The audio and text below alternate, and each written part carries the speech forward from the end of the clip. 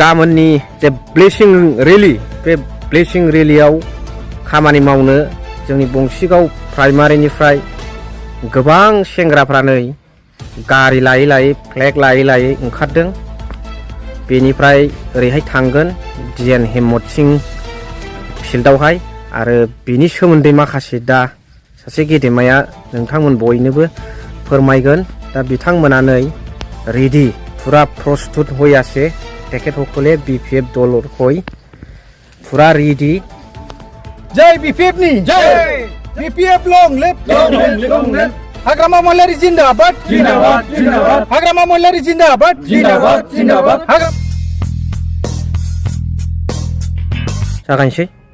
खुलुमबाय।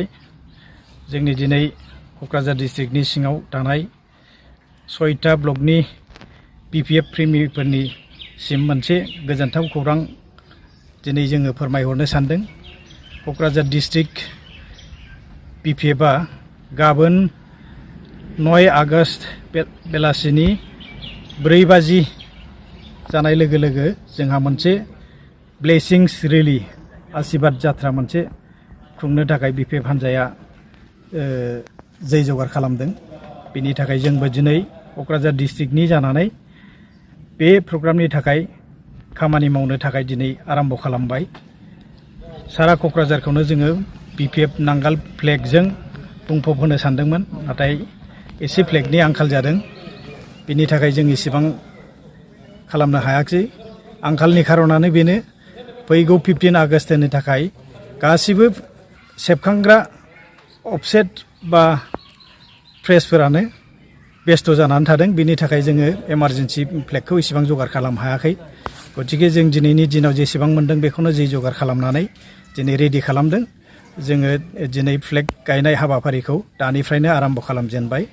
आङो खावलायहरनो लुगैदों जे गासैबो BPF हान्जाफोरखौनो गाबोननि प्रग्रामाव बयखौबो ज'-ज'यै फैनानै मदद होफैनो थाखाय गुरै खावलायहरनाय जाबाय।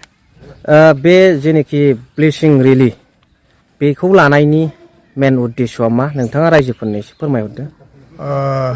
बेनि उद्देश्यआनो जाबाय जोंहा फैगौ 2025 नि PTC इलेक्शननि थाखाय जोङो जोंनि बिर जोहोलावफोर जे आन्दलनाव थैलांनाय सोरबाया जोंनि BTC नि थाखाय जिउ बावलांबाय, बिथांमोननि स्टेचुआव बिथांमोननि गोथै हाखराव जोङो फुजा होनानै जे बिबार बावनानै बे रेलिखौ आरम्भ खालामगोन। मानोना बिथांमोनहा बिर जोहोलाव जाथिनि थाखायनो थैनानै थांनाय। बिनि थाखायनो बिथांमोननियाव जोङो बिबार बावनानै आर'ज गाबनानै जोंनि फैगौ BTC इलेक्शनखौ जेरैखिया देरहाहोनायनि थाखाय बिथांमोननियाव आर'ज गाबनानै जों बे प्रग्रामखौ आरम्भ खालामगोन। दा जे ब्लेसिं रेलि बे रेलिखौ नोंथांमोननि BPF नि लिडिंआवहाय दा बियो बबेनिफ्राय बोरै बोरै थांगोन, बबेनिफ्राय मा रोखोम बेनि सोमोन्दै जोंहा क'क्राझार डिस्ट्रिक्ट हिसाबै 6टा ब्लक दङ। बे 6टा ब्लकनि रुट्सफ्रा बेलेग बेलेग जायो लामाफोरा। जोंहा दा बनरगाव आरो दतमा बे मोननै समस्तिनि रुटआ ओरैबायदि जागोन। जोङो ओरै बिनेश्वर ब्रह्मनि जिथुनाखि माने मुर्ति दङ जोंहा मुंख्लं मुर्ति, बे मुर्तियाव जोङो थांनानै सिगां बिबार बावगोन। बिबार बावनायनिफ्राय जोङो दावखोलांनानै साइन्स कलेज खाथियाव जोङो जमा जाहैगोन। जमा जानायनि उनाव जेब्ला सम जायो होमब्ला जोङो मार्च खालामनानै डिएन हेमत सिंखा फिल्डआव जों जमा जाहैगोन। थिग बेबायदिनो देबोरगाव समस्तिनाबो बड'लेण्ड सेमेटारियाव मुंख्लंफोरखौ बिबार बावनानै बिसोरो जागायबोगोन।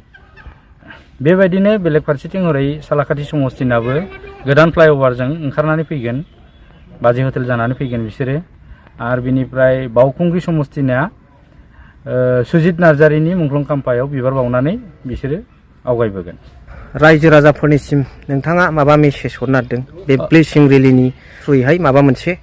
जोङो BPF निफ्राय बेखौनो हांख्रायदों बयबो पाब्लिकफोरा जाहाथे लैहोर लैहोर ओंखारबोयो आरो जोंनि बे प्रग्रामखौ गाजा गोमजायै जाफुंनायाव मदद होफैयो, जों बेखौनो हांख्रायहरदों। BPF दोलो हिसाबै फैगौ 2025नि जिथु BTC इलेक्शन बे इलेक्शनावहाय नोंथांमोना माबादि आसा खालामदों आरो गुबुननि कम्पेरिजनावहाय नोंथांमोना बेसेबां गोजौआव दङ बेखौ रायजो राजानो नोंथाङा फोरमायनो हागोन नामा? BPF हिसाबैथ' दिनैनि दिनाव जोङो बेखौ रोखा नुदों जे सरकारा जेरैखिया जों दागोन, BPF हान्जायानो दागोन आरो गुबुन दोलोखौथ' बुंनो थाङोबा दिनैनि दिनाव जोङो ससियेल मिडियानि गेजेरजों नुबाय थादों जे BPF-आनो धौ जानानै दङ दिनैनि दिनाव UPPL हिसाबै बा BJP हिसाबै जोंखौ BPF हान्जाखौ फेजेननो हानाय जों नुनो मोनाखै बेनि थाखायनो जोङो जेरैखियाब्लाबो बेबाराव सरकारखौ दागोना एकदम 100% रोखा थेंक इउ जय BPF-नि जय BPF-नि जय BPF-नि BPF long live BPF long live BPF long live Hagrama Mohilary जिन्दाबाद हाग्रामा महिलारि जिन्दाबाद हाग्रामा महिलारि जिन्दाबाद